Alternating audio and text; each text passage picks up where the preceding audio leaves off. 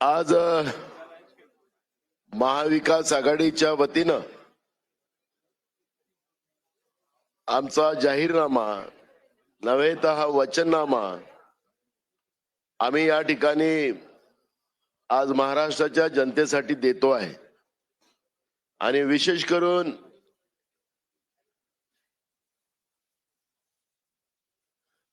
करून हा जाहीरनामा देत असताना आमचे राष्ट्रीय अध्यक्ष आणि राज्यसभेचे विरोधी पक्ष नेते मल्लिकार्जुन खरगे साहेबांच्याच उपस्थित हा जाहीरनामा आम्ही देतो आहे। काँग्रेस पक्षाचे प्रमुख नेते महाराष्ट्राच्या जनतेला हा वचननामा या ठिकाणी देण्यासाठी आलेले आहेत। आमच्या अलायन्स मधले शिवसेनेचे नेते संजय राऊत साहेब, आमचे शरद पवार राष्ट्रवादीच्या नेत्या सुप्रिया सुळे, आमचे कम्युनिस्ट पक्षाचे आमचे सगळे नेते, आरपीआयचे नेते, विशेष करून याला उपस्थित झालेले राजस्थानचे माजी मुख्यमंत्री आणि काँग्रेसचे ज्येष्ठ नेते अशोक गहलोतजी, आमचे प्रभारी रमेशजी चनिथलाजी, विशेष करून या जाहीरनाम्याच्या निमित्तानं उपस्थित झालेले आमचे वेणुगोपालजी, आमचे बाळासाहेब थोरातजी, सगळी आदरणीय मंच, मी या ठिकाणी सगळ्यांचं नाव न घेता या जाहीरनाम्याचं म्हणजेच वचननाम्याचं या ठिकाणी आम्ही आपल्या समोर आम्ही आपल्याला हा देतो आहे। आज पर्यानं महाराष्ट्राच्या जनतेपर्यंत या निमित्तानं आपल्या माध्यमातून पोहोचेल, आमच्या अलायन्सच्या माध्यमातून आम्ही लोकांपर्यंत पोहोचवू। पण सातत्यानं महाराष्ट्राला गेल्या 10 वर्षापासून फसवण्याचं काम जे भाजप करते आहे, त्यांचा अलायन्स करते आहे। शेतकऱ्यांना त्यांच्या पिकाचं दुप्पट भाव आम्ही देऊ अशा पद्धतीच्या वल्गना करणारी मोदींची जी भाजपची जी आज ज्यांचे नेते आहेत, हे सगळे जण आता शेतकऱ्यांची आठवण करतात आहेत। हे म्हणतात की आम्ही कर्जमाफी करू। अरे तुम्हाला सत्तेत होता, तुम्ही कर्जमाफी का नाही केलात? मूळ प्रश्न आहे की तरुणांचा रोजगारांचा प्रश्न आहे, महागाईचा प्रश्न आहे, गरिबीचा प्रश्न, असे अनेक प्रश्न आहेत। आणि या सगळ्यांचा तोडगा आणि महाराष्ट्राच्या जनतेला न्याय देण्याची भूमिका महाविकास आघाडीच्या वतीनं आम्ही केलेली आहे। महाराष्ट्राच्या जनतेला आम्ही आश्वास करतो की अत्याचारी जी आज महायुतीची भाजप प्रणित जी सरकार आहे, हिला सत्तेतून खाली खेचण्यासाठी आमच्या महाविकास आघाडीला आपण सगळ्यांनी आशीर्वाद द्यावा। आणि आम्ही हा जो जाहीरनामा आणि वचननामा या ठिकाणी आमचे राष्ट्रीय अध्यक्षजी मल्लिकार्जुन खरगे साहेब आता जे या ठिकाणी त्याचा जाहीर करणार आहे, त्या दृष्टिकोनातला एक संदेश महाराष्ट्राच्या जनतेला आदरणीय मल्लिकार्जुन खरगे साहेब देतील अशी मी त्यांना विनंती करतो।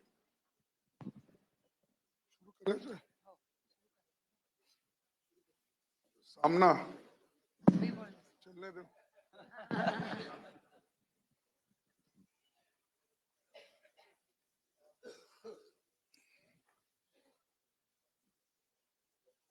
आज इस मंच पर उपस्थित हमारे महाराष्ट्र विकास आघाड़ी के सभी नेतागण और यहाँ पर उपस्थित सभी पार्टी के नेतागण और मीडिया के हमारे दोस्तों और सभी साथियों, जी, आज हम महाराष्ट्र चुनाव घोषणा पत्र आपके सामने रख रहे हैं। इससे पहले हमारे गारंटीज उद्धव ठाकरे जी, शरद पवार जी, राहुल गांधी जी और मैं, इस 4 नेता मिलके एक एक मुद्दे पे वहां पर आपको सारी चीजें बताई थी। लेकिन आज हमारा जो घोषणा पत्र डिटेल में है वो आपको बाद में मिलेगा। और उससे पहले मैं आपको चंद बातें, मोटी मोटी चीजें बताऊंगा। और ये ज्यादा बॉम्बे के बारे में बोलने का मुझे कोई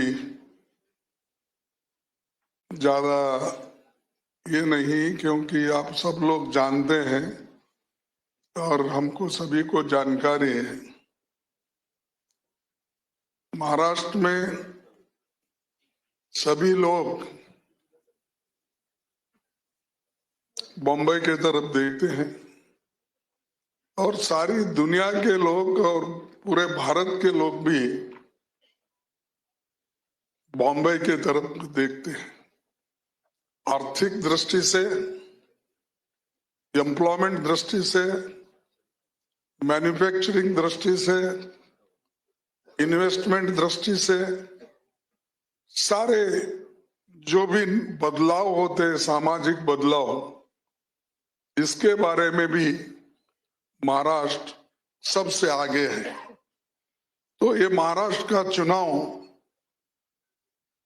ये बहुत ही महत्वपूर्ण चुनाव है देश के लिए। ये सिर्फ महाराष्ट्र के लिए नहीं या सिर्फ दल बदलू लोगों के लिए नहीं। ये जो चुनाव है ये देश का भविष्य बदलने वाला चुनाव है। अगर महाराष्ट्र में अब की गवर्नमेंट को अगर हम हटाएंगे और महाराष्ट्र विकास आघाड़ी के सरकार को लाएंगे, तभी यहां पर एक स्टेबल, अच्छी गवर्नमेंट, अच्छा गवर्नेंस हम दे पाएंगे। इसीलिए जनता के दृष्टि से भी, महाराष्ट्र के लोगों के दृष्टि से भी ये इम्पोर्टेंट है और महाराष्ट्र के लोगों के लिए भी, किसानों के लिए भी इम्पोर्टेंट है और देश के नौजवानों के लिए भी बॉम्बे की आवश्यकता है। और मुंबई में हर आदमी कुछ आशा लेके देश के विभिन्न भाग से आते हैं और एक कहावत है हमारे तरफ, जो भी बॉम्बे जाएगा वो भूखा नहीं मरेगा। कुछ ना कुछ काम मिलेगा और सस्ते से सस्ता दाम पे भी खाना मिलेगा। जहां पर हम बैठे हैं महंगाई से महंगा खाना भी नहीं मिलेगा। तो हर आदमी यहाँ जी सकता है, हर एक को अकोमोडेट कर सकते हैं और ये है इंक्लूसिव ग्रोथ वाला सिटी। तो इसीलिए हम ये चाहते हैं कि इस बार हमारे जो घोषणा पत्र है इसका महाराष्ट्र नामा और ये गौरव फिर से स्थापित करने के लिए ये काम हम कर रहे हैं मिलके। और हमारे साथी मिलजुल कर महाराष्ट्र के भविष्य के बारे में बहुत ही अभ्यास करके उन्होंने एक घोषणा पत्र तैयार की और उन सब सदस्यों को और चेयरमैन को मैं अभिनंदन करता हूं उनको, अपना जो भी उन्होंने तैयार किया है सोच समझ के बजट का प्रोविजन इसको आगे रखने के बाद ही उन्होंने किया है। क्योंकि मोदी जी हमेशा हमको यही कहते हैं, कांग्रेस बड़ा झूठ बोलती है, कुछ करती नहीं है। और हमने क्या किया, कल हमारे चीफ मिनिस्टरों ने पूरी चीजें आपके सामने रखी। ये जो महाराष्ट्र में 2.5 साल पहले बीजेपी के नेतृत्व एक अनैतिक असंवैधानिक तरीके से महायुति की सत्ता बनी, इसके लिए दल बदल कराया गया, दलों के चुनाव चिन्ह भी बदल गए, विधायकों को खरीद फरोख्त किया। वो क्या कि खोखे बोलते ना आपके पास, हाँ, 50 खोके एकदम ओके, घरात भरून ठेवा, घर में भर के रखो और सरकार चलाओ। ये 50 खोखे की सरकार है। मैं समझता हूँ सामना वाले ने निकाला शायद ये। महाराष्ट्र के लोग भयावह इन्फ्लेशन, लगातार बढ़ रही रोजगारी, महिलाओं और बालिकाओं पर के खिलाफ बढ़ रही हिंसा तथा किसानों की बुरी दशा में दूसरा पीड़ित है। महाराष्ट्र के प्रगति और विकास के लिए हमारा विजन 5 मुख्य पिलर्स हैं। एक, खेती बाड़ी और ग्रामीण विकास, उद्योग और रोजगार, शहरी विकास, पर्यावरण तथा जन कल्याण पर आधारित है। महाराष्ट्र की तरक्की और खुशहाली के लिए हम अपना मैनिफेस्टो महाराष्ट्रनामा आपके समक्ष रखते हैं। ये हमारा सभी का संकल्प है। महाराष्ट्र की जनता की सेवा के लिए महाराष्ट्र विकास आघाड़ी का पंचसूत्री कार्यक्रम है। हमारी 5 गारंटी महाराष्ट्र के हर परिवार के उत्थान में मददगार होगी। हर परिवार को सालाना करीब 3 लाख रुपए का सहयोग मिलेगा। हमारी महालक्ष्मी योजना महिलाओं को फाइनेंशियल इंडिपेंडेंस देगी। हर महिला को 3,000 रुपए प्रति माह मिलेगा। जब हम कर्नाटक में दे रहे थे तो उसको मोदी जी ने बोला, ये क्या है, रेवड़ी देकर ऐसा कर रहे हैं वैसा कर रहे हैं। पर फिर आपको यहाँ लाड़की बहन नहीं, लाड़की बहन, उसको लाडली की कहे, लाड़की बहन, क्योंकि उनके पास दोनों है ना। मध्य प्रदेश में लाडली और लाड़की, तो उन्होंने हमारी टिंगल उड़ाई। और आज महाराष्ट्र में उन्होंने 1,000 रुपए, 1,500 दे रहे, 1,500 रुपए दे रहे। अरे हम तो कर्नाटक में ऑलरेडी 2,000 दिए हैं, दे रहे हैं।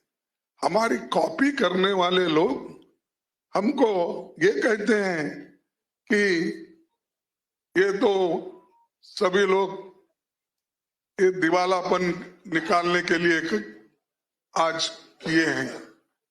तो खुद ही वो अपने लोगों को बोल रहे हैं, हर जहां बीजेपी के गवर्नमेंट है 2-4 स्कीम्स वो खुद ही बोल रहे हैं, अनाउंस कर रहे हैं।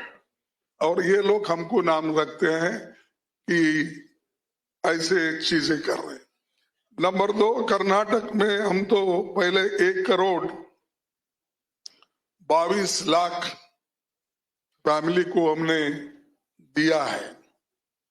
और उसके बाद हमारे पूरे महाराष्ट्र में महिलाओं के लिए फ्री बस, और यहाँ पर भी हम फ्री बस की ये कर रहे हैं, सुविधा दे रहे हैं, क्योंकि ये शिक्षा, नौकरी, इसका एक सहूलत गरीबों को मिलेगा, स्त्रियों को मिलेगा। इस दृष्टि से फ्री बस ट्रैवल का हमने इसमें इंतजाम किया है। हमने 3 लाख तक के कृषि ऋण माफ करे और टाइमली रीपेमेंट करने वालों को 50,000 रुपए अतिरिक्त प्रोत्साहन राशि देने का वायदा किया है। यही घोषणा शरद पवार जी ने परसों, हम जब गारंटी देने की बात थी तब उनके मुंह से हमने ये कहलाया। उसके बाद यूपीए सरकार ने 2008 में पूरे देश में राष्ट्रव्यापी ऋण माफी, इससे महाराष्ट्र के 42 लाख लोगों को फायदा हुआ था। 18,000 करोड़ रुपए की छूट मिली थी। और ये झूठी सरकार झूठ बोलते जा रही है लेकिन छूट नहीं दे रही। हम नौकरी चाहने वाला युवाओं को 4,000 रुपए का मंथली स्टाइपेंड दे रहे हैं, ताकि वो नौकरी के तलाश में रहकर बहुत अपना समय गुजारता है और उसको पैसे नहीं रहते, जहां नौकरियां आते हैं, एम्प्लॉयमेंट की नोटिफिकेशन होते हैं, पहुंच नहीं सकते, उसीलिए उसको अपने 4,000 रुपए मंथली स्टाइपेंड देंगे। स्किल डेवलपमेंट में भी अगर उनको कहीं रखना है रख देंगे। ये काम हम दे रहे हैं। हमारा हेल्थ इंश्योरेंस स्कीम जो है 25 लाख का है। जैसा हमारे गहलोत है क्या, गहलोत जी ने शुरू किया था ये राजस्थान में। हम किसी की स्कीम चोरी नहीं किए, हम अपना ये स्कीम यहां भी लागू कर रहे हैं महाराष्ट्र में। तो 25 लाख रुपए इंश्योरेंस, हेल्थ इंश्योरेंस और फ्री मेडिसिन, ये हम देंगे, ये हमारा वादा है। फिर राजस्थान में जैसा ये चिरंजीवी योजना थी, 90% अधिक आबादी को ये लाभ वहां मिला, यहाँ भी उतना ही लाभ 90% के नजदीक सबको मिलेगा। और ये सब सम्मति से हमने ये स्कीम लागू करने का तय किया है। अब समाज में जितने भी बाधाएं है, सबको उन बाधाओं को निकाल के फेयर अपॉर्चुनिटी देना और उनको उनके स्तर पर, यानी जातीय जनगणना करने का हमने फैसला लिया है। और जो 50% सीलिंग है उसको भी हम हटाएंगे, जैसा कि तमिलनाडु में 50% सीलिंग हटाया है। जो गरीबों को मिलना चाहिए उसका जैसा ये किया, वही उस आधार पर हम भी ये जाति जनगणना करने के बाद जिन लोग, जो वंचित लोग हैं, जो गरीब से गरीब लोग हैं, जो ओबीसी है, उनको इसका फायदा होगा। ये काम भी हम कर रहे हैं। ये हम सिर्फ ये नहीं कर रहे, बोल रहे नहीं, कल से तेलंगाना में ये जातीय जनगणना कांग्रेस सरकार वहां पर शुरू किए है। 80,000 वॉलंटियर्स को वहां एंगेज किया गया है और वो घर घर जाके ये जाति जनगणना कर रहे हैं। ये जाति जनगणना हम डिवाइड करने के लिए नहीं कर रहे हैं, उनको उनका पर कैपिटा इनकम क्या है, उनके पास कितनी खेती है, उस समाज में कितने ग्रेजुएट्स हैं, कितने सरकारी नौकरियां हैं, कितने प्राइवेट में नौकरियां हैं, ये सब चीजों को हम मालूम करने के बाद हम लोग इनको क्या सहूलत दे सकते हैं सरकार के ओर से, और उनको जो समाज में ऊपर लाने के लिए हम क्या कुछ मदद कर सकते हैं, ये उसका असल मुद्दा है। लेकिन मोदी जी इस बात को भी ये बोलते हैं, कांग्रेस वाले, विरोधी पक्ष वाले, ये सब देश को बांट रहे हैं, जाति जाति पे झगड़ा लगा रहे हैं। अरे भाई, हम अगर झगड़ा लगा रहे हैं, हमको आप कहते हो, ठीक है, हम झगड़ा लेने को तैयार है, क्योंकि हम गरीबों की मदद करना चाहते हैं। लेकिन आप क्यों बोल रहे हैं? देखो, कांग्रेस, सॉरी, इस देश के राष्ट्रपति कौन है? मुर्मू जी। हाँ, द्रौपदी मुर्मू जी। देखो, आदिवासी को हमने बनाया, इसलिए बनाया, देश में जाति के नाम पे तुम वोटों के लिए लिया, उनको देना इस हिसाब से नहीं लिया। इससे पहले मैं दलितों को दिया, इसीलिए वोट मांग रहे हो, दलितों को दिया। देखो, मैं कभी भी ऐसे बातों को स्वीकार नहीं करता। तुम्हारे पार्टी की अगर आइडियोलॉजी है देने का, दे दो, लेकिन उनका बात करके पब्लिक मीटिंग में बोलना, हम ये चीजें किए हैं इसीलिए हमको वोट दो, बोलना, ये संविधान के तहत एक और देश के गरीब जनता के खिलाफ ये एक गद्दारी है। ऐसा नहीं बोलना चाहिए। आप बनाए, ठीक है, क्या कोई आपको बोलता इस देश के प्रधानमंत्री बने आप? हम कभी बोले हैं अरे तेली कम्युनिटी से, बैकवर्ड कम्युनिटी से आया? नहीं बोलेंगे। तेली हमारे भी है, तेली उनके भी है। हर समाज में बीजेपी में है, हर समाज के लोग कांग्रेस में है, हर समाज के लोग हमारे उद्धव ठाकरे जी के साथ है, हर समाज के लोग शरद पवार जी के साथ है। हम कभी नहीं बोले उसको डिस्क्रिमिनेट करके ये, लेकिन उनके लिए कार्यक्रम अगर आप बनाने का है तो बोलिए, कार्यक्रम के लिए बोलिए। और मैं पूछता हूं, इतना भारी आप बताते हो राष्ट्रपति हम द्रौपदी मुर्मू जी को किए, फलाने को किए, कितने एससी एसटी लोगों को आप इंपॉर्टेंट पोर्टफोलियो देकर उस तुम्हारे सरकार में आप बिठाए, सबको स्टेट मिनिस्टर या कुछ पावर नहीं है, कोई कैबिनेट है तो डमी। तो ऐसे लोग अगर बाहर बोलते हैं, वही कांग्रेस का यूपीए गवर्नमेंट था, सब पार्टी के नेता बड़े बड़े पोजीशन पे थे, होम मिनिस्टर थे शिंदे जी, यहां मैं रेलवे मिनिस्टर था, शरद पवार जी एग्रीकल्चर मिनिस्टर है, जो उनका पेट और कंटिन्यूअस सब्जेक्ट है। तो ऐसे आप देखिए, हर एक को, मीरा कुमारी थी स्पीकर, पहली महिला, और बहुत से नेता दलितों में, बैकवर्ड्स में बड़े हुद्दे में और पावरफुल थे।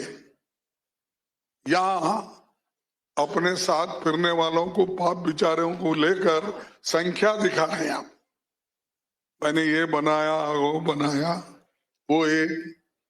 और महाविकास आघाड़ी का महाराष्ट्र के लिए अगले 100 दिनों का मसौदा यहां पर हम रख रहे हैं। उसमें महिलाओं के लिए सालाना 6 गैस सिलेंडर प्रति सिलेंडर का दाम केवल 500 रुपए होगा। इससे घरेलू आर्थिक दबाव घटाने में मदद मिलेगी। महिलाओं के खिलाफ अपराध में महाराष्ट्र देश में दूसरे नंबर पर है। महिलाओं के खिलाफ अपराधों को रोकने के लिए एक ठोस निर्भया महाराष्ट्र नीति बनाएंगे। उनकी सुरक्षा के लिए शक्ति कानून लागू करेंगे। 300 यूनिट तक की बिजली खपत वाले घरों को 100 यूनिट बिजली की छूट दी जाएगी। उद्योगों की स्थापना और रोजगार के अवसर पैदा करने के लिए न्यू इंडस्ट्रियल पॉलिसी बनेगी। इसमें रोजगार पैदा करने के साथ श्रमिकों के कल्याण पर हमारा फोकस होगा। हम तत्काल 2.5 लाख खाली पड़े हुए गवर्नमेंट जॉब्स को भरने की Maharashtra state MPSC exam process आरंभ करेंगे। एडवांस शेड्यूल्स और 45 दिनों के भीतर उसका रिजल्ट भी लाने का काम हम करेंगे। महाराष्ट्र के इतिहास में पहली बार सभी 27 म्युनिसिपल कॉरपोरेशन के चुनाव नहीं हो सके। इसीलिए इसका कारण ये है कि अच्छा गवर्नेंस नहीं है। इसीलिए ये डेमोक्रेटिक तरीके से जो करने का ये है यानी गवर्नेंस, वो उससे आज हम पीछे हैं। हम लोग लोकतंत्र और जवाबदेही तय करने के तत्काल लोकल सेल्फ गवर्नमेंट के चुनावों के लिए टाइम टेबल की घोषणा करेंगे। भारत रत्न डॉक्टर बाबा साहब अम्बेडकर की लीगेसी को सम्मान देते हुए हम कार्य योजना लागू करेंगे। बिना किसी देरी के चैत्य भूमि दादर हिंदू मिल में बाबा साहब अम्बेडकर स्मारक बनाने का काम हो, ये हमारी प्राथमिकता होगी, यानी फर्स्ट प्रेफरेंस अपना होगा। एमवी के निर्णय महाराष्ट्र के एक समृद्ध राज्य और पीपल सेंट्रिक गवर्नमेंट स्थापित करने की दिशा में ये मील का पत्थर साबित होगा। और मिशन 2030 के तहत समृद्ध और समावेशी महाराष्ट्र के भविष्य के लिए हम कई अहम कदम उठा रहे हैं। 2030 में छत्रपति शिवाजी महाराज की 400वीं जयंती होगी। उनके पीपल फर्स्ट अप्रोच को जनता की सेवा में इस्तेमाल करना ही शिवाजी महाराज को सच्ची श्रद्धांजलि होगी। हम ये नहीं करेंगे कि उद्घाटन के लिए स्टैच्यू बिठाए, उद्घाटन करके वो दिल्ली पहुंचे, इधर छत्रपति शिवाजी महाराज की प्रतिमा गिर गई, क्योंकि या बनाने वाले अच्छे नहीं थे, एक अच्छा मटेरियल नहीं यूज किया, इसकी बगैर कुछ देखे बिना उनके क्वालिटी वर्क क्वालिटी इंजीनियर्स रहते हैं। लेकिन अगर अपमान किसी ने शिवाजी महाराज का किया है, वो मोदी जी ने किया, और खुद मोदी दूसरों के लिए कहते हैं शिवाजी महाराज की उन्होंने जो संभाला देश को, हाँ भाई संभाला, लेकिन आपको किसी ने कहा उनका इंसल्ट करो। तो ये काम मोदी जी हमेशा करते हैं। क्या है कि उनका हाथ गुण अच्छा है, कैसा है मुझे मालूम है, लोग बोलते हैं, कहां भी हाथ लगाए वो गिर जाता है। शिवाजी के पुतले को हाथ लगा के उद्घाटन करके गिर गया। राम मंदिर को हाथ लगाया, वहां पर टपक रहा है पानी। और पार्लियामेंट को हाथ लगाया, मैंने किया, ठीक है भाई आपने किया, लेकिन टपकने का काम क्यों किया? टपकाने का पानी। अब वो बोल रहा है महंत वहां का, नहीं मैं पत्थर वो सब चेंज करके मुझे लगाना पड़ रहा है। तो राम मंदिर अयोध्या में। और दूसरा ये मुरबा में भी वो उद्घाटन करने वाले थे, उससे पहले वो भी कोलैप्स हो गया। इनके पांव गिरते ही हर जगह कोलैप्स हो रहे। बुलेट ट्रेन आपके लिए साहब, हमारे लिए नहीं हो। बंबई से अहमदाबाद आप पहुंचने के लिए और मोदी के क्रिकेट स्टेडियम में आप क्रिकेट देखने के लिए वो बुलेट ट्रेन किया था आपको। वो बुलेट ट्रेन का पहले तो बोला मैं 3 साल में बुलेट ट्रेन मुंबई से अहमदाबाद चलाऊंगा। कितने साल हो गए? अब 11 साल हो गए। कहां है तुम्हारी बुलेट ट्रेन? खत्म हो गई। और वो खत्म हो गई तो वो पुल भी गिर गया, खंबे भी गिर गए 2 दिन। तो ऐसे झूठ के ऊपर झूठ बोलने वाले, क्वालिटी वर्क नहीं। हमने इतने रोड बनाए, इतने पुल बनाए, भाई झांक के तो देखो कम से कम वो क्वालिटी है। तो ये मोदी जी का हाथ गुण है। और हम महिला उद्यमियों के लिए एक्सक्लूसिव इंडस्ट्रियल जोन्स स्थापित करेंगे, जिसमें महिलाओं को 5 लाख तक लो इंटरेस्ट लोन की मदद की जाएगी। महाराष्ट्र में प्याज, टमाटर, किसानों की सुरक्षा के लिए हम गुलाबी और केसरिया क्रांति योजना शुरू करेंगे। हमारा लक्ष्य अगले 5 वर्षों में 1.25 मिलियन नौकरियां सुसज्जित करने के साथ उद्योग में 12%, सर्विस सेक्टर में 15% की वृद्धि हम हासिल करना है। उसके लिए हम पूरी कोशिश करेंगे। इससे महाराष्ट्र प्रति व्यक्ति आय और शीर्ष स्थापना पर पहुंचना जाएगा।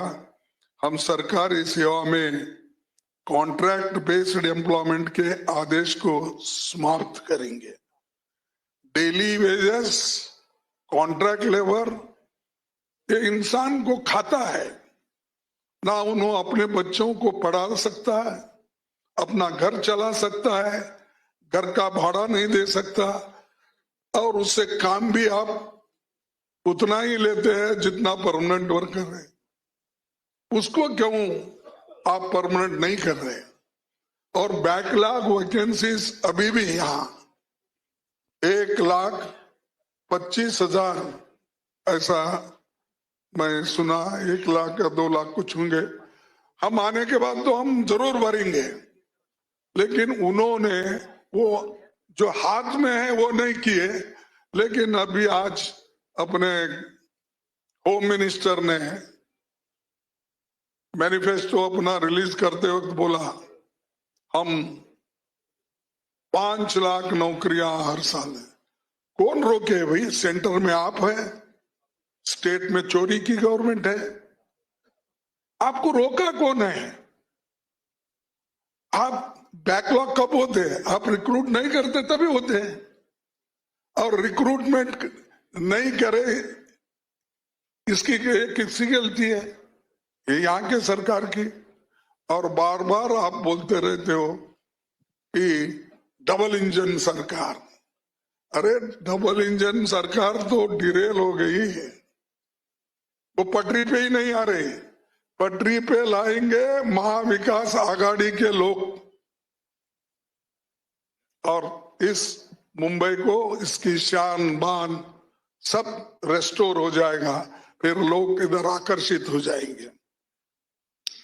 डॉक्टर बाबा साहेब अम्बेडकर की सामाजिक न्याय की धरोहर तथा उनकी विरासत और विजन को ध्यान में रखकर डॉक्टर बाबा साहेब अम्बेडकर कॉरिडोर बनाएंगे, जो उन सभी गांवों को जोड़ेगा जहां बाबा साहब के कदम पड़े थे। महाराष्ट्र में यमवी का संकल्प भ्रष्टाचारी अनैतिक सत्ता को हटाकर शिव, साहू, फुले, अंबेडकर के आदर्शों पर नैतिक शासन की स्थापना करेंगे। इस चुनाव में महाराष्ट्र एक दोराहे पर खड़ा है, जहां पर राज्य का भविष्य दो बिल्कुल अलग दिशा में जा सकता है। एक तरफ बीजेपी के नेतृत्व वाली महायुति है, जो किसानों के आय दोगुनी करने में विफल रही है। रोजगार से लेकर महिला सुरक्षा में उसकी विफलता को पूरे देश ने देखा है। दूसरी ओर यमवी के जो छत्रपति शिवाजी महाराज, शाहूजी महाराज, फुले जी, डॉक्टर बाबा साहब अम्बेडकर के मूल्यों पर आधारित एक रोड मैप पर चलने वाली है। एक तरफ मनुवादी लोग हैं और बटेंगे तो क्या है, कटेंगे। अरे पहले तो आप मनुस्मृति स्वीकार करके पहले ही समाज को बांट दिया है, पहले ही बांट दिया, अब फिर और बांटना चाहते हो। कौन कहता है काटना? किसकी बात कर रहे, किसको काटेंगे आप? 140 करोड़ जनता को काटेंगे? अरे अब तक तो हम एक रख के आए हैं, बटना नहीं, इसी के लिए इंदिरा गांधी जी ने अपनी कुर्बानी दी। ये देश बटना नहीं, इसी के लिए तो राजीव गांधी अपनी कुर्बानी दी। अब आप बात कर रहे हो, इनका स्लोगन अलग है, योगी साधु जी का, योगी महाराज का, योगी नहीं, योगी जी का अलग है, मोदी जी का अलग है स्लोगन। एक है तो सेफ है, सेफ, ये सेफ नहीं बोले, वो हिमाचल की सेफ है बोले। तो इनका स्लोगन चलेगा, क्या उनका चलेगा मुझे मालूम नहीं है। हम तो ये चाहते हैं देश हमेशा एक है, एकता के लिए हमने जान कुर्बानी की है, आजादी के लिए हमने जान कुर्बानी की है, और हमारे लोग लड़े हैं, आजादी मिली है।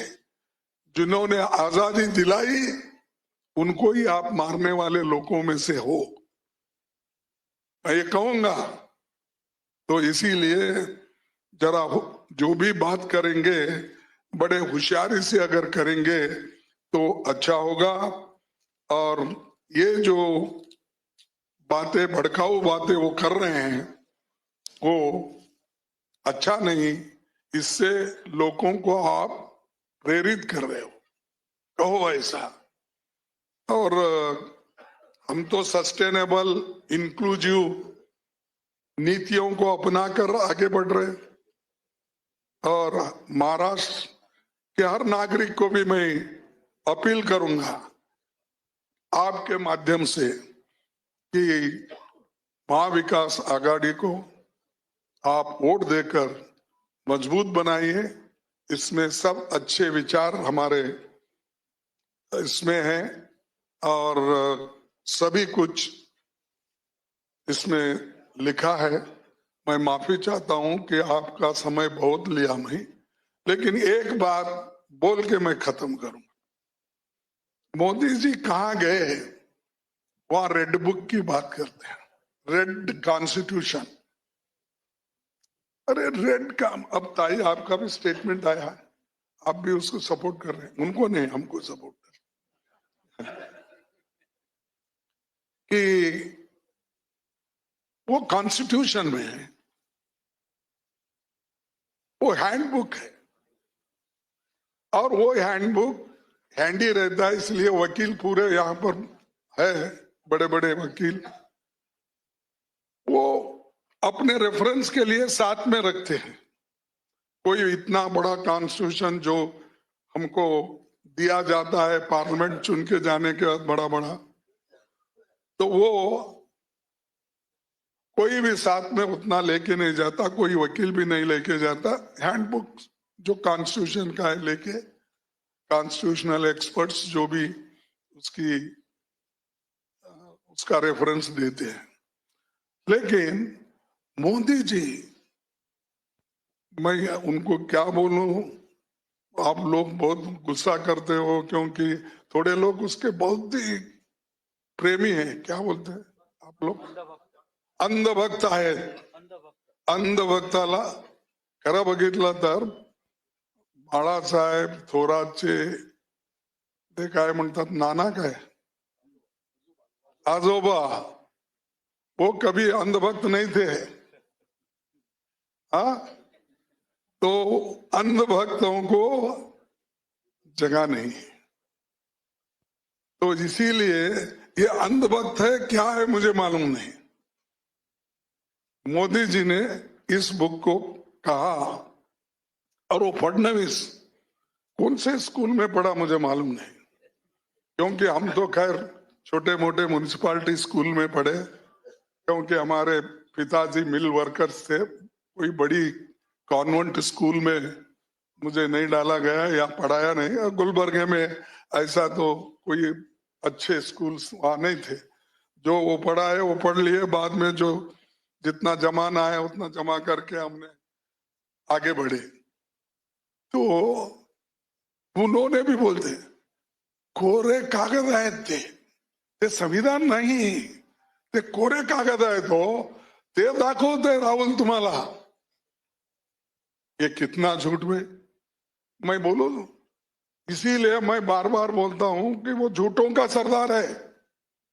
15 लाख नहीं दिया, 2 लाख करोड़ नौकरी देने का नहीं, एमएससी डबल करने का नहीं, एमएसपी, देश को मैं आगे बढ़ाऊंगा बोले। डिमोनेटाइजेशन के वक्त तो उन्होंने कहा, भाइयों और बहनों मुझे 100 दिन दो, मैं देश में करप्शन खत्म करूंगा, देश में मैं काला धन लाऊंगा, 15-15 लाख दूंगा। कहाँ है आपका काला धन? 15 लाख मिले किसी को? क्योंकि आप लोगों को इसको ऐसे चीजों को हाईलाइट करना चाहिए।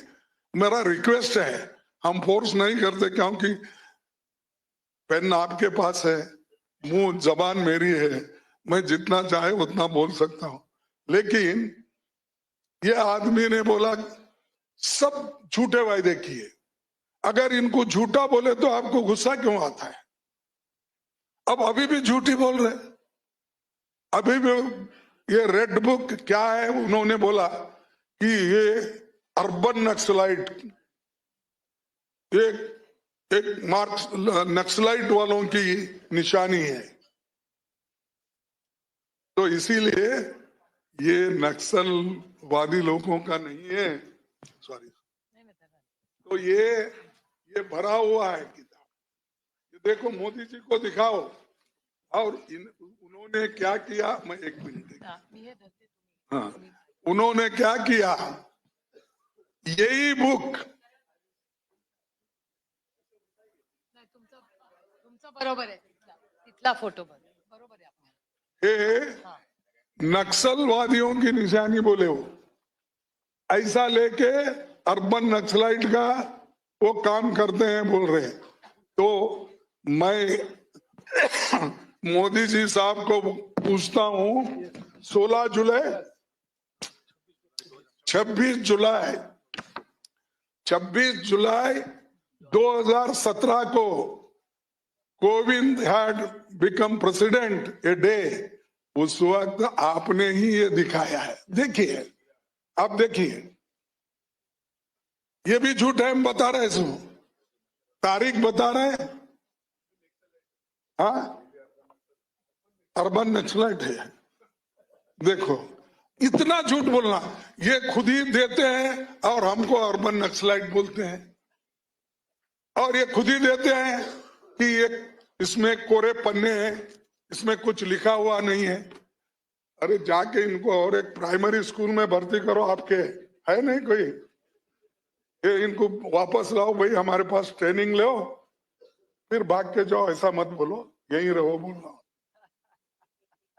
आप भी ऐसा ही करते हैं, संजय भी और उद्धव जी ट्रेनिंग देते हैं, सब कुछ करते हैं, ट्रेनिंग लेने के बाद भाग जाते हैं। जाने दो। तो मैं आपको एक सबूत के तौर पर मैंने आपको बताया, इसीलिए सच्चाई ये है कि मोदी जी झूठ झूठ बोलते हैं, और उनको सपोर्ट करने वाले कौन है? वो उनके शब्द को पूरा रिपीट करने वाले शाह है। इसीलिए शाह तो पाप बेचारा पहले ही बोला, 2 करोड़ नौकरियां, 15 लाख, ये सब इलेक्शन जुमला है। फिर क्यों उसके ऊपर टीका नहीं होती?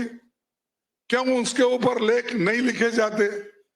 आज भी झूठ बोल रहे, क्यों उसको लोग स्वीकार करते, मुझे समझ में नहीं आता। तो इसीलिए ये सारी चीजें तो मैं बोल रहा हूं, लेकिन अब मैं आपके सामने हमारे सभी नेता, जो संजय राउत जी है, सुप्रिया जी है,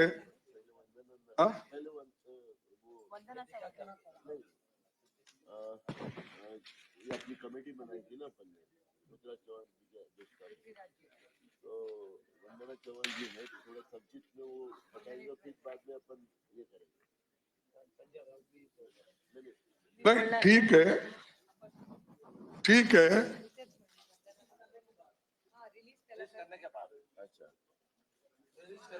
तो ये देखिए,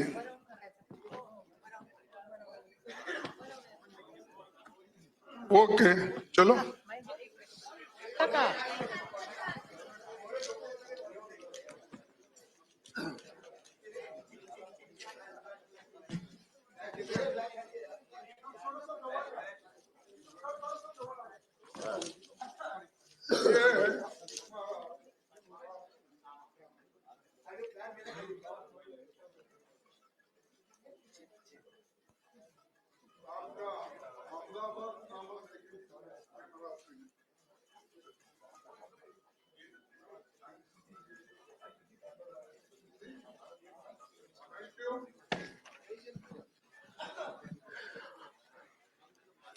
महाराष्ट्रनामा तयार करण्यासाठी महाविकास आघाडीच्या वतीनं राज्याचे माजी मुख्यमंत्री पृथ्वीराज चव्हाण साहेब, वंदनाताई चव्हाण आणि सुभाष देसाई यांच्या एक कमिटी आम्ही तयार केलेली होती, आणि त्या कमिटीच्या माध्यमातून महाराष्ट्रनामा तयार करत असताना उज्ज्वल महाराष्ट्र, अव्वल महाराष्ट्र हा त्याचा आमचं ध्येय आहे, आणि ह्या ध्येयाच्या ला समोर ठेवून, उज्ज्वल महाराष्ट्र आणि अव्वल महाराष्ट्राला ध्येयाला समोर ठेवून आम्ही हा महाराष्ट्रनामा आपल्या समोर आता सादर केलेला आहे। आणि त्याच्यातल्या आज पृथ्वीराज चव्हाण साहेब त्यांच्या मतदारसंघात काही रॅलीज आहेत, त्याच्यामुळे ते येऊ शकले नाही, पण आमच्या या कमिटीच्या सदस्य खासदार वंदना चव्हाण आहेत, ते थोडक्यात यांचं पॉइंटेड आपण काही मुद्दे आपण पत्रकार परिषदेच्या समोर मांडावं।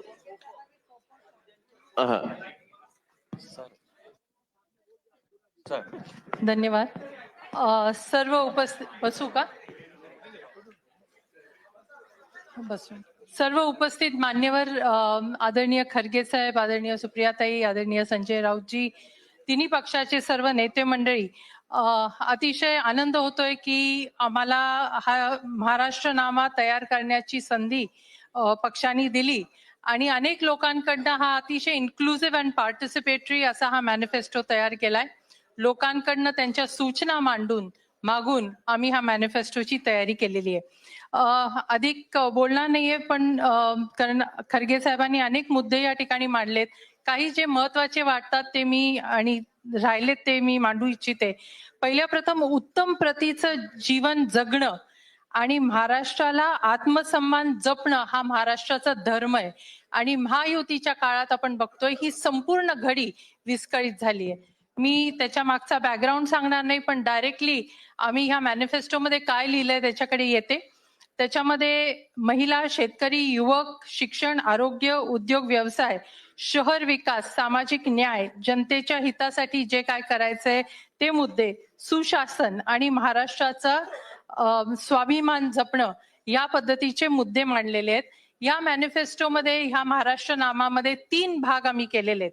एक 5 गॅरंटीज काही दिवसापूर्वी ऑलरेडी जाहीर झाल्या. या मॅनिफेस्टोमध्ये आम्ही पहिल्या 100 दिवसात आम्ही सत्तेमध्ये आल्यानंतर काय करणार ह्याची सूची केलेली आहे. त्याच्यानंतर मिशन 2030 पॉलिसी म्हणून आम्ही पुढच्या 5 वर्षात काय करू इच्छितो ह्याची आम्ही या ठिकाणी नमूद केलेलं आहे. आणि नंतर मगाशी खरगे साहेबांनी 5 जे पंचसूत्री सांगितले त्या विषयांवर डिटेल्ड आलेले सजेशन्स आम्ही ह्याच्यात अंतर्भाव केलेले आहेत. मला सांगायचं आहे की महिलांसाठी विशेष करून महालक्ष्मी योजना, मोफत बस, 6 गॅस सिलेंडर 500 रुपयामध्ये हे तर सांगितलेलंच आहे. पण महाराष्ट्रातल्या आमच्या भगिनीला आम्हाला निर्भय करायचंय आणि स्वावलंबी करायचंय, त्यासाठी विशेष करून तरतूद केली आहे. त्याच्यामध्ये अनेक गोष्टी आहेत. त्याच्यामध्ये निर्भीड आणि धीट महिला असावी, शक्ती बिलची अंमलबजावणी असावी, सुरक्षितता वाढावी, सेफ सिटीज फॉर विमेन ह्या संकल्पनेमध्ये शहरांना सुद्धा सेफ करावं. त्याचप्रमाणे शाळांचं, कारण लहान मुलींवर होणारे शाळेमध्ये अत्याचार फार वाढलेले आहेत आणि त्याच्यासाठी सेफ्टी ऑडिट शाळांमध्ये व्हावं या दृष्टीने एक नवीन संकल्पना त्या ठिकाणी मांडली आहे. महिला आणि बाल कल्याण मिनिस्ट्री आहे. मुलींवर, मुलांवर, छोट्या मुलींवर अनफॉर्च्युनेटली त्यांना व्हॉइस नाहीये आणि म्हणून त्यांच्यासाठी स्पेशल मिनिस्ट्री व्हावी. महिला बाल कल्याण मधनं बाल कल्याण काढून त्याची वेगळी मिनिस्ट्री व्हावी, हा एक नाविन्यपूर्ण या ठिकाणी कल्पना आम्ही या ठिकाणी मांडलेली आहे. स्वावलंबी योजनामध्ये आपल्याला कल्पना असेल, RTE कधी 8वी पर्यंत शिक्षण, त्याच्यानंतर मुलींनी दुसऱ्या शाळेत प्रवेश घ्यायचा आणि तिथं शिक्षण, त्यामुळे अनेक मुलींची 8वी नंतर शिक्षण बंद होतं आणि त्यांचं लवकर लग्न होतं. म्हणजे आपण म्हणतो बाल विवाह कुठेतरी रिमोट प्लेसेस मध्ये होतो, नाही, शहरांमध्ये होतो. आणि म्हणून 1ली पासून 10वी पर्यंत संलग्न शिक्षण एकाच शाळेत झालं पाहिजे, हा महत्वपूर्ण एक पाऊल आम्ही उचलायचं या ठिकाणी ठरवलंय. स्वयंरोजगारासाठी 5 लाख रुपयाचं कर्ज, त्याचप्रमाणे त्यांना स्पेशल MIDCs मध्ये जागा, बचत गटांसाठी स्वतंत्र विभाग, या पद्धतीच्या काही गोष्टी आम्ही नमूद केलेल्या आहेत. सार्वजनिक स्वच्छतागृह महिलांसाठी फार महत्वाची असतात. हाकेच्या अंतरावर स्वच्छ स्वच्छतागृह असावी, हे आम्ही नमूद केलंय. मासिक पाळीबद्दल कोणी बोलत नाही, पण मला आवर्जून ह्या समोर बोलायचंय की मासिक पाळीच्या दिवसात 2 दिवस ऐच्छिक रजा ही आम्ही ह्या ठिकाणी मांडली आहे. 1870 मध्ये जपानमध्ये ही संकल्पना सुरू झाली. आता भारत देशात काही मोठ्या कंपनीज ही संकल्पना स्वतःहून व्हॉलंटरीली पुढे घेत आहेत. परंतु हा कायदा आणि ही पॉलिसी महाराष्ट्रात व्हावी. महाराष्ट्र हे पहिलं राज्य असं असावं ज्याच्यामध्ये ही संकल्पना राबवली जाईल, ह्या पद्धतीची संकल्पना आम्ही मांडलेली आहे. शेतकऱ्यांच्या आत्महत्यानंतर विधवांचं फार वाईट परिस्थिती होते आणि विधवा संदर्भात होणाऱ्या अनिष्ट प्रकाराविरोधात आम्ही कायदा करणार, त्यांना नोकरीमध्ये प्राधान्य देणार, ह्या पद्धतीच्या महिलांसाठी, भगिनींसाठी काही तरतुदी आहेत. शेतकऱ्यांसाठी आहेत, मी अति डिटेलमध्ये जाणार नाही, पण शेतकरी आत्महत्या रोखण्यासाठी उच्चस्तरीय समिती स्थापन करणार, जेणेकरून त्याच्यामध्ये ही समिती लक्ष घालेल. त्याचप्रमाणे महाराष्ट्र मिलेट मिशन ही सुरू करणार. आपल्याला माहित आहे की अतिवृष्टी होते किंवा दुष्काळ परिस्थिती होते आणि शेतकऱ्यांचे हाल होतात आणि त्यांना आत्महत्या करावी लागते. हे रोखण्यासाठी आम्हाला ही उच्चस्तरीय समिती करायची आहे. आणि मिलेट मिशन म्हणजे वर्षात 3 क्रॉप्स ते घेऊ शकतील. Millets are not only nutritional, they are not only short term and they not only provide cash to the farmers. या दृष्टीने आम्हाला त्याच्यावर पुढाकार घ्यायचा आहे. ठिबक सिंचन, रस्ते, दिवसा वीज मिळावी, त्याचप्रमाणे अनेक मराठवाड्यात कापूस संशोधन केंद्र वगैरे वगैरे तुम्हाला ह्या पुस्तकात बघायला मिळेल. संत घाटगे महाराज ग्राम स्वच्छता योजना अतिशय यशस्वी होती, ती पुन्हा सुरू करणं आणि महात्मा गांधी तंटामुक्त अभियान पुन्हा सुरू करणं हे सुद्धा आम्ही ह्या मॅनिफेस्टोमध्ये लिहिलेलं आहे. युवक आणि बेरोजगारांसाठी मगाशी खरगे साहेबांनी सांगितलं 2.5 लाख जागांची भरती करणं, 12.5 लाख युवकांना नोकरीसाठी नवीन जॉब्स निर्माण करणं, MPSC ची प्रक्रिया वन टाइम स्मार्ट कार्ड, एकदाच त्यांनी पैसे भरायचे आणि they can appear for all exams in that 1 year.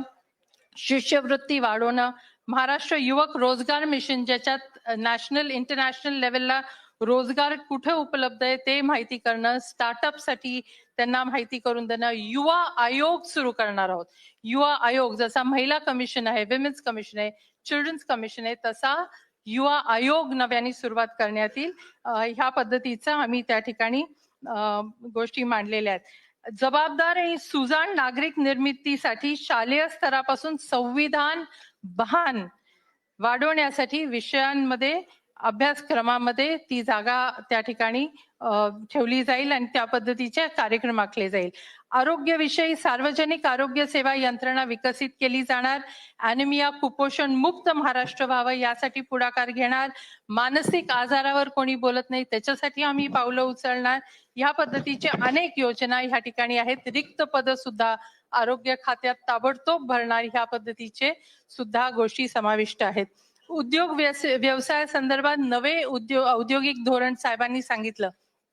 त्याच्यामध्ये MSME आणि इंडस्ट्री ही एक कॉमन मिनिस्ट्री आहे, पण त्याच्यातली मायक्रो आणि स्मॉल मिनिस्ट्री सेपरेट आउट करणार आहोत, कारण त्याला फार मोठा फटका बसतो. त्याच्यात रोजगार फार मोठ्या संख्येमध्ये निर्माण झालेला असतो. त्याला सूक्ष्म आणि छोटे उद्योगांसाठी वेगळी मिनिस्ट्री करून त्याच्यावर रोजगार मिळेल ह्या दृष्टीने पुढाकार घेणार. नवीन तंत्रज्ञानाचं प्रोत्साहन देणार, like internet of things, AI, AR, VAR, automation, robotics ह्याच्यावर सुद्धा भर देणार. मोदी सरकारने केलेले 4 श्रमहित महाराष्ट्रातले जे कायदे आहेत ते महाराष्ट्रात आम्ही नाकारणार. त्याचप्रमाणे कंत्राटी पद्धतीने जी सेवा उपलब्ध होते ते सुद्धा आदेश आम्ही रद्द करणार.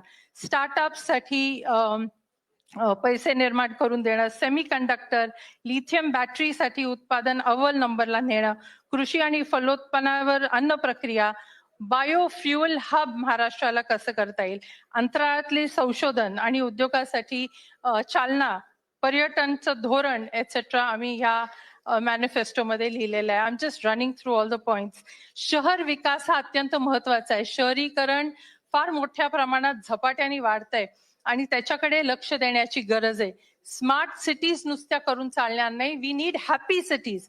त्यामुळे आनंदी शहरं निर्माण करण्यासाठी आम्ही पुढाकार घेणार.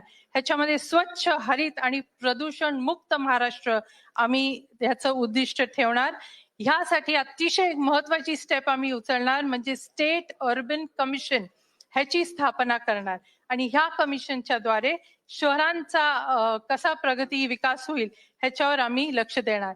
हवामान बदलाचा फटका फार मोठ्या प्रमाणात शहरांना पडतोय. अतिवृष्टीमुळे फ्लडिंग, हीट वेव्हमुळे अनेक लोकांना जीव गमवावे लागतात. तर ह्याच्यावर नियंत्रण ठेवण्यासाठी प्रत्येक शहरामध्ये सस्टेनेबिलिटी सेलची स्थापना करणार. याच बरोबर कचऱ्याचा सायंटिफिक पद्धतीने विल्हेवाट, ऊर्जा निर्मिती, सार्वजनिक वाहतूक, वनक्षेत्राची वाढ या पद्धतीने आम्ही पुढाकार घेतलाय आणि प्रत्येकाला अफोर्डेबल घर असावं यासाठी सुद्धा आम्ही पुढाकार घेतलेला आहे. सामाजिक न्यायाच्या दृष्टीने सुद्धा काही पावलं उचलणार आहे. GDP जसा महत्वाचा असतो तसा ह्युमन डेव्हलपमेंट इंडेक्स सुद्धा महत्वाचा असतो आणि त्या दृष्टीने महाराष्ट्र GDP मध्ये अव्वल नंबरला जाईल, तसंच HDI मध्ये सुद्धा अव्वल नंबरला जाईल. ह्याच्यावर आम्ही निश्चितपणे लक्ष केंद्रित करणार. अनुसूचित जाती व आदिवासी विभागासाठी हक्काचं बजेट निर्धारित कालमर्यादा खर्च करण्यासाठी कायदा बनवणार, कारण ते आहे बजेट पण कायदा नाहीये, सो कायदा त्याच्यासाठी करणार. सफाई कामगारांसाठी कल्याण महामंडळ सेंट्रल गव्हर्नमेंटमध्ये आहे, स्टेट गव्हर्नमेंटला नाहीये. आज देखील मॅन्युअल स्कॅव्हेंजिंग ऍक्ट पारित झाला असून सुद्धा आज देखील शहरांमध्ये मॅनहोल्स मध्ये लोक उतरतात आणि त्यांचा मृत्यूमध्ये मृत्युमुखी पडतात. तर ह्या पद्धतीची आम्ही काही मांडणी केलेली आहे आणि निश्चितपणे ह्याचा उपयोग महाराष्ट्राच्या जनतेला होईल. महाराष्ट्र जनता ही कायम पुरोगामी राहिलेली आहे. राजर्षी शाहू महाराज, ज्योतिबा फुले, बाबासाहेब आंबेडकरांच्या विचारांनी पुढे गेलेली आहे आणि मला खात्री आहे की ह्या विचारांच्या दृष्टीने आमचं सरकार काम करेल आणि लोकांसाठी जी विस्कटलेली घडी आहे, जी आपली अधोगती झाली आहे, त्याला पुढे नेण्यासाठी, एक जीवनमान उंचवण्यासाठी काम या सरकार आमचं करेल, एवढं ह्या ठिकाणी जाहीरनाम्याच्या माध्यमातून आम्ही मांडलेलं आहे. आम्हाला ही संधी दिली त्याबद्दल मनापासून धन्यवाद.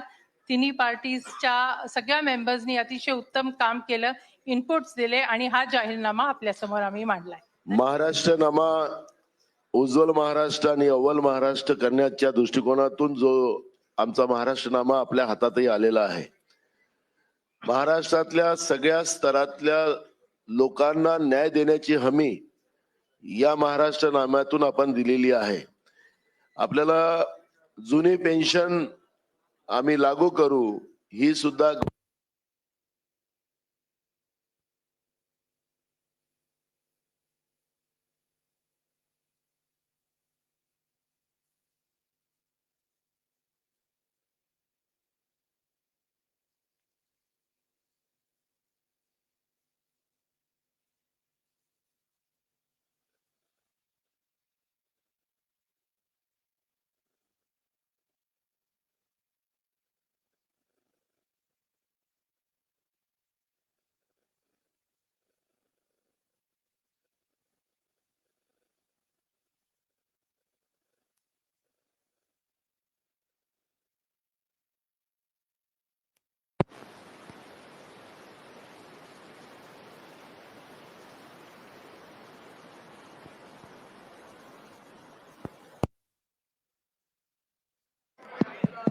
आला.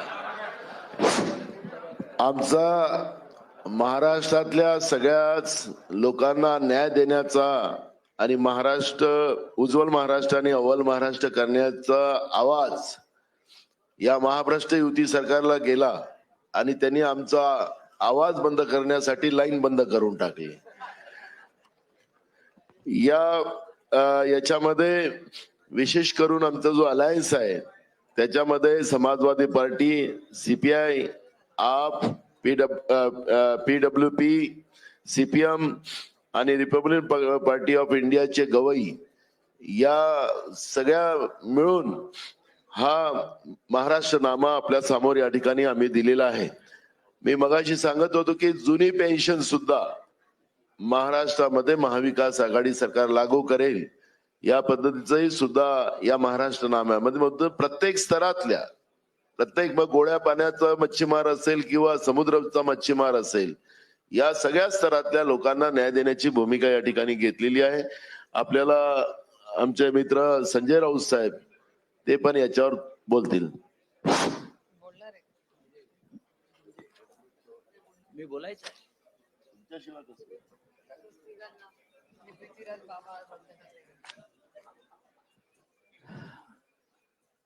खरं म्हणजे आदरणीय खरगे साहेबांनी अत्यंत सविस्तर आणि सोप्या शब्दामध्ये हा जो महाराष्ट्रनामा आहे हा आपल्याला समजावून सांगितलेला आहे. त्याच्यामुळे त्याच्यावरती मी जास्त बोलण्याची गरज नहीं. खरगे साहब ने पूरे विस्तार से कहा है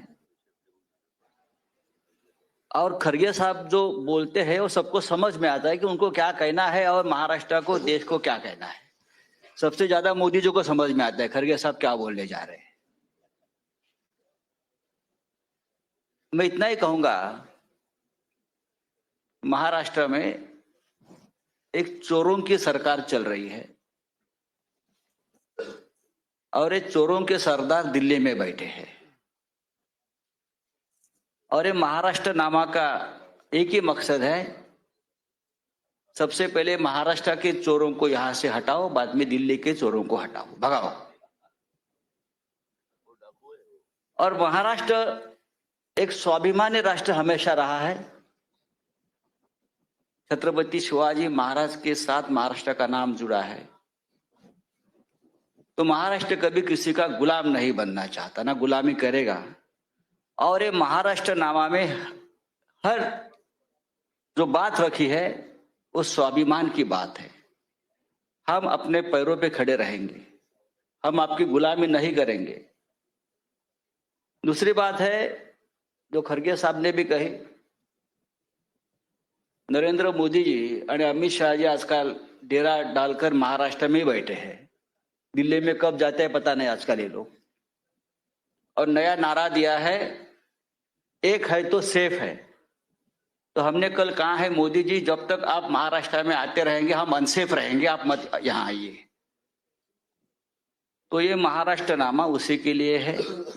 हमारे सभी साथियों ने, कांग्रेस, राष्ट्रवादी कांग्रेस, शिवसेना और सभी हमारे जो और भी समाजवादी पार्टी, शेतकरी कामगार पक्ष, आरपीआई, गवई गट और भी हमारे जो है सभी ने इस महाराष्ट्र नामा बनाने में हमको बहुत कोऑपरेशन किया है। मैं सबका आभारी हूं। और आपके माध्यम से मैं आह्वान करूंगा कि पूरी चीजें जो महाराष्ट्र के लिए बनी है, देश के लिए भी है, वो आप जनता तक पहुंचाइए। थैंक यू, धन्यवाद। या ठिकाणी आपल्याला मोजून 5 प्रश्न आपल्याला मांडायचे आहेत आणि आम्ही उत्तर देऊ।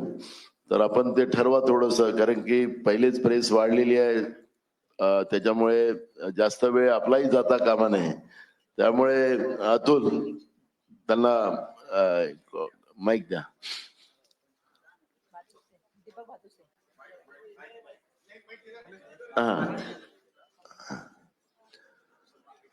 एक मिनिट, प्रश्न विचारता। हा, कोणाला प्रश्न विचारताय तेवढं तुम्ही त्यांचं नाव। कोणी उत्तर द्या। माझा नाही, प्रश्न हा. किंवा खरगेंनी उत्तर द्यावं। खरगेजी, माझा प्रश्न आहे की हे सगळं तुम्ही महाराष्ट्र नावामध्ये लोकांना वचनं देताय, तर साधारणतः किती याचं बजेट कॅल्क्युलेशन केलंय का महाविकास आघाडीने? आणि जेव्हा महायुतीने बजेटमध्ये लाडकी बहीण योजना, मोफत वीज किंवा मुलींना मोफत शिक्षण या योजना लागू केल्या, तेव्हा 1 लाख कोटीचं बर्डन महाराष्ट्राच्या बजेटवर आलं होतं। आता या योजनांमुळे किती बजेट येईल? आणि तुम्ही जेव्हा टीका करत होता तेव्हा की हे बर्डन महाराष्ट्र कसा सहन करणार, तर तुम्ही आता हे कसं जस्टिफाय करताय?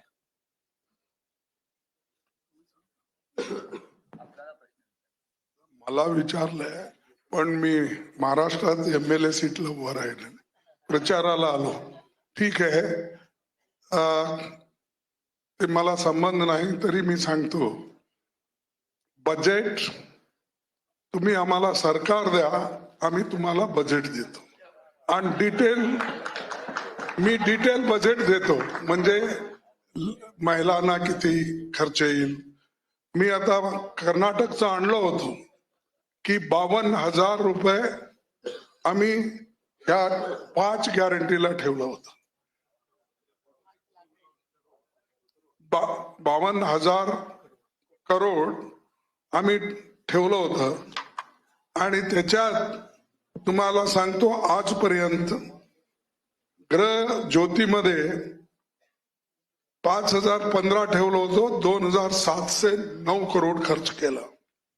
शक्तीमध्ये म्हणजे फ्री ट्रॅव्हल वुमेन जे आपण इथे सुद्धा करत आहोत, 5,015 कोटी बजेटमध्ये अलोकेशन केलंय, 2,709 करोड त्याला खर्च झालाय। गृहलक्ष्मी 2,000 ईच फॅमिली, त्याच्यामध्ये 28,608 करोड आणि आता खर्च झालाय आतापर्यंत 13,451। आणि Annabhagya additional 5 kg of food आपण 7 करत आहोत, तर 8,087 89 काय 79 करोड। ते पण मी मराठीत बोलायला ते हे बोललं ना, आकडे बरोबर आहे। हा, होय, आणि एक्सपेंडिचर झालं 2,582 करोड आतापर्यंत. त्यांनी युवा निधी म्हणजे युवकांना मदत करण्यासाठी ते 650 करोड ठेवलं होतं, त्याच्यात 108 करोड आहे. हे आहे आमची बजेट मध्ये नमूद केलेले आकडे आणि खर्च केलेले सुद्धा आमचे आकडे आहेत. तसंच तुम्ही आम्हाला द्या सरकार, निश्चित बजेटचं कॉपीच देऊ आणि ते आम्ही मोदी सारखं खोटं बोलणार नाही. त्यांनी खोटंही बोलतोय, वरून रेटूनही बोलतोय. आम्ही ते करणार नाही. आम्ही सरळ बोलणार, जे होतंय ते करणार, जे होत नाही ते सांगणार. आता आपण नरेगाचं सांगितलं, युपीए गव्हर्नमेंट मध्ये मी असताना सुद्धा आम्ही केलं. त्याच्यानंतर फूड सिक्युरिटी ऍक्ट, सगळे लोक म्हणत कुठले पैसे आणणार. अहो आम्ही आणलं, दिलं, लोक आज भरपूर आपलं पोट भरून घेतात. फूड सिक्युरिटी आणलं, त्या हेल्थ मिशन आणलं, त्याच्यानंतर कंपल्सरी एज्युकेशन आणलं. जिथं तुमचं मन आहे, तुम्ही डिटरमाइन केला गरीबाला मदत करायचं म्हणून, तिथं निश्चितच मार्ग निघतंय. ते तुकारामाचं एक हे आहे ना, सेइंग काहीतरी आहे, रगडीता वाळूचे तेलही गळे. हा काय, अरे हा अरे वाळू रगडून तेल काढायचं साध्य आहे म्हणून तुकाराम सांगितल्यानंतर आम्हाला हे 5 गॅरंटी द्यायला शक्ती नाही. जरूर देऊत आपण. खरगे साहेब. अगदी छोट्या म्हणजे खरगे साहेबांची माफी मागून थोडस एक ऍडिशन करते. पुण्याचा जो रस्ता आहे ना, तो 18,000 कोटी रुपयाचा होता. त्याचा कॉस्ट एस्किलेशन 20,000 कोटी रुपयांनी वाढलंय. त्याच्यामुळे म्हणजे माझ्या स्वतःच्या मतदारसंघाचा कागदपत्राचा मी तुम्हाला देऊ शकते. जर हे इन्फ्रास्ट्रक्चर प्रोजेक्ट मध्ये हे जे कॉस्ट एस्किलेशन बंद झालं ना, तर खडगे साहेब म्हणतायत त्याच्या 10 पटीने बजेट लोकांसाठी लागेल.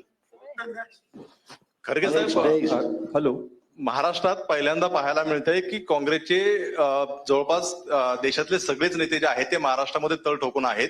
कुठतरी हरियाणा आणि इतर राज्यातली पुनरावृत्ती होऊ नये म्हणून काळजी घेतली जाते का महाराष्ट्रातले नेते कुठतरी कमी पडतात म्हणून सगळी ही फौज दिमतीला येते? असं नाही होत. ते वेगळ्या वेगळ्या राज्यात अनेक वेगळे वेगळे प्रश्न असतात, समस्या असतात. त्याला त्या रीतीनं बघावं लागतं. आणि ठीक आहे, आपण तिथं आम्हाला हरवलं गेलं. नॅचरली त्याला काय काय उपयोग केलं ते आता मी सांगून फायदा नाही. कारण एकदा जर आपण ते सांगत गेलो तर आता तुम्हीच म्हणाल, तुम्ही जिंकला तर असं म्हणता, हरला तर तसं म्हणता. त्यासाठी त्या भानगडीत मी पडत नाही. इथं जे आलो, इथं इलेक्शन चाललंय, नॅचरली आम्ही तरी आलो. इथं काही लोक आलो, पण बीजेपी प्राईम मिनिस्टरनी बाय इलेक्शन मध्ये फिरून आले पार्लमेंटच्या. हा ऐकला कुठं?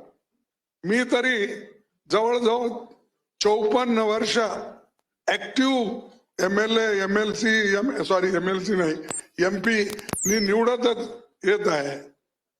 आणि ह्या वेळेला पहिल्यांदा मी राज्यसभा मेंबर झालेला आहे. तर माझं सांगणं असं कोणी केलं नाही. केव्हाही तर हे बाय इलेक्शन मध्ये येतात, कॉर्पोरेशन इलेक्शन मध्ये येतात, MLA इलेक्शन मध्ये येतात. आणि त्यांचं राज्य टिकतंय म्हणून कुणी सांगितलं तर पंचायत इलेक्शन मध्ये सुद्धा उद्या येतील. But this question is addressed to Mr. Singhvi. What is this narrative about EVM machines having a 90% battery resulting in win of BJP candidates and 70% battery resulting in win of Congress candidates? How do you prevent this thing, or have you given up at the results of Haryana? Well, this is the new technology which Edison never had in mind when he invented batteries. all I can say is that free and fair elections are based on EVM machines.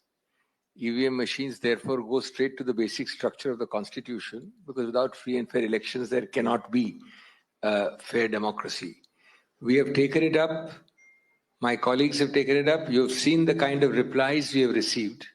Those replies insult not only the Congress party's intelligence, nation's intelligence, but they also are an insult to the constitution. We will continue with our campaigns, but at the moment we are not in any manner diluting our resolve to fight this election to the fullest, but we will keep this abhiyan on. खड़गे साहब left में नहीं, अब उधर divert मत कीजिए। महाराष्ट्र के election के बाद हरियाणा इसलिए मैं आपसे विनती करता हूँ हाथ जोड़ के कि महाराष्ट्र को सीमित, और हमने जो बात बताई और महाराष्ट्र नामा के ऊपर जो भी आपको पूछना है, तो मैं जो समझ में आया मैं तो बोला हूँ। हमारे राउत जी है, प्रिया सुले जी है, और भी हमारे नेता लोग हैं, आप पूछ सकते हैं। आपको फिर ज्यादा तकलीफ नहीं देना चाहिए। समदत खड़गे साहब, जिस तरह से हाँ जी, लाड़की बहन योजना जैसे यहाँ लॉन्च की महायुति ने, कर्नाटक में आपने शुरू की सबसे पहले, तो क्या इस तरह की योजनाओं से जो है मतदाताओं को प्रभावित किया जा सकता है? क्या इसके ये जो है एक वोट बैंक का जो एक सेंटर बन गया है क्या इस तरह की योजना है? नहीं, वैसा नहीं। ये देखिए, चंद स्कीम्स ऐसे हैं गरीबों को मदद करने के लिए, और नरेगा इसलिए लाए थे कि लोगों को 3 महीने रोजगार नहीं मिलता, और इससे पहले हमने नहीं, हम सोच सकते नहीं, तब वसंतराव नाइक ने महाराष्ट्र में शुरू किया था, और वो फूड फॉर वर्क के नाम से शुरू हुआ था। हाँ, रोजगार तो NREP बोल के उस वक्त था, फिर सेंट्रल गवर्नमेंट ने अडॉप्ट किया। तो वो इसलिए नहीं कि मुझे वोट मिल रहे हैं, तो उन्होंने इसलिए किया कि ये गरीब लोग गांव-गांव घूमते हैं, बंजारा समाज के गरीब भी जो जब खेती के काम होने के बाद उस वक्त उसके बाद में उनको 3-3, 4-4 महीने कोई काम पे नहीं बुलाता, तो उनके पेट भरने के लिए वो किया। वैसा ही आज महिलाओं के लिए बहुत से गरीब लोग, गरीब महिलाएं, उनको पति जो कमाता है वो लाके नहीं देता। आप देखते हैं वो कहीं किसी दुकान पे जाता है, खुद भी काम करता है, उसकी वाइफ काम करती है, इसके बावजूद घर को खाली हाथ आता है। तो ये सब रोकने के लिए उनके हाथ में डायरेक्ट अगर पैसे गए तो वो घर तो संभाल सकती है, अपने बच्चों को एटलीस्ट 2 वक्त का खाना कुछ ना कुछ उसको मिलता है। इस दृष्टि से किया गया है, सिर्फ वोटों के लिए नहीं। वोट तो आज हमको देंगे, कल तुम उनको देंगे, परसों किसी और पार्टी को देंगे, यह और बात है, लेकिन ये हमारी आइडियोलॉजी है, और सोशल जो सिक्योरिटी देने का है, हमने ये किया। संजय राउत एक मिनट। हाँ, दाना, एक महाराष्ट्र उलेमा काउंसिल का एक पत्र बहुत वायरल हो रहा है, तो सच्चाई क्या है इसमें कि क्या एमपीए ने समर्थन देखो, किया है? क्या चुनाव के समय में इस तरह का फेक नैरेटिव हिंदू मुस्लिम करने की बीजेपी की पहले से ही आदत है। जनता के जो मूल इश्यू है, जो मोदी जी और बीजेपी ने महाराष्ट्र की जनता को आश्वस्त किया था, उस विषय पे वो बात ही नहीं कर रहे। जब भी चुनाव आए कि हिंदू मुसलमान पे बात करते हैं। चुनाव इस तरह के धर्म के आधार पर डाइवर्ट बीजेपी नहीं कर सकती, हम उनके लाइन पे नहीं जा सकते। हम जनता, और जिस तरह से महाराष्ट्र को बेचकर गुजरात को देने का काम जो बीजेपी यहाँ कर रही है, उसको कतई हम लोग मान्य नहीं करेंगे, और उसी लाइन पे हम ये चुनाव लड़ेंगे। हिंदू मुसलमान पे नहीं जाएंगे, और ये फेक नैरेटिव बीजेपी के पास रहने दो। संजय राउत सर, सर वोटा थँक्स बाळासाहेब थोरात। सर केंद्रीय गृहमंत्री अमित शहानी उद्धव ठाकरेंना प्रश्न विचारलाय की हिंदू हृदय सम्राट बाळासाहेब ठाकरे असतील, नाहीतर स्वतंत्रवीर सावरकर असतील, यांच्याविषयी काँग्रेसचे नेते 2 मिनिटं चांगलं बोलू शकतात का, असा सवाल त्यांनी उपस्थित केलेला आहे. आणि ते म्हणतात की राम मंदिर असेल, 370 कलम हटवण्याच्या अमित संदर्भात- शहाना महाराष्ट्र अजून कळलेला नाही, एवढंच मी सांगेन. छत्रपती शिवाजी महाराजांचा ज्या प्रकारे त्याने अपमान केलेला आहे त्याच्यावर आधी बोला. अमित शहाना सांगा की छत्रपती शिवाजी महाराजांचा पुतळा ज्या भ्रष्टाचारामुळे कोसळला हे या देशाच्या इतिहासामध्ये कधी घडलं नव्हतं.